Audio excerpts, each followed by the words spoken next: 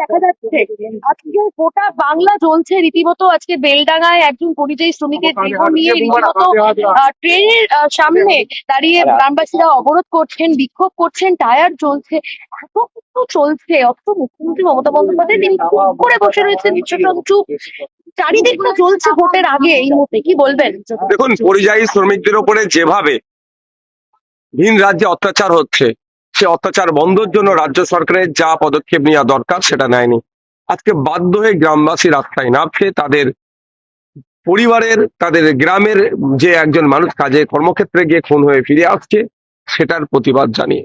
আমরা দেখছি একের পর এক, কোনো জায়গায় সোমনাথ দেবনাথ, হেমন্ত রায়, সাবির মল্লিক, জুয়েল রানা একের পর এক লাশ হয়ে বাড়ি ফিরছে।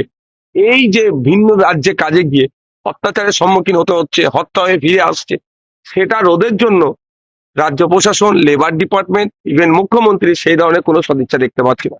আজকে যেটা হচ্ছে এর দায়ভার রাজ্য প্রশাসনের উপরে বর্তায়, রাজ্য সরকারের উপরে বর্তায়। চাকুলিয়ায় আমরা দেখেছি, ফারাক্কাতেও দেখলাম এসআইআর নিয়ে দিকে দিকে রীতিমতো বিক্ষোভ চলছে এবং নাম করেই বলা হচ্ছে যে তৃণমূলের যারা কর্মী সমর্থক সেখানে দেখা যাচ্ছে রীতিমতো গুন্ডাগিরি চালাচ্ছে। কেন? দেখুন, এসআইআর এর নামে বর্তমানে যেটা হচ্ছে, হেয়ারিং এর নামে যেভাবে অহেতুক হয়রানি করা হচ্ছে, এর বিরুদ্ধে চরম আমি। কিন্তু একটা জিনিস, প্রতিবাদ অবশ্যই করতে হবে, প্রোটেস্ট করতে হবে, অবশ্যই পিসফুলি হওয়া দরকার, শান্তিপূর্ণভাবে প্রতিবাদ করা দরকার।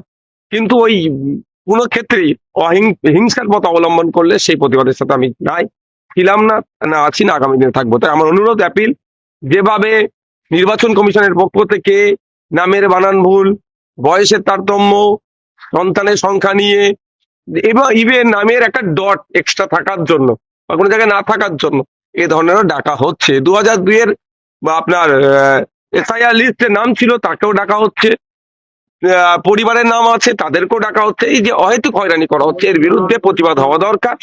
আমিও প্রতিবাদ করছি দিকে দিকে, কিন্তু প্রতিবাদটা অবশ্যই শান্তিপূর্ণ হওয়া দরকার।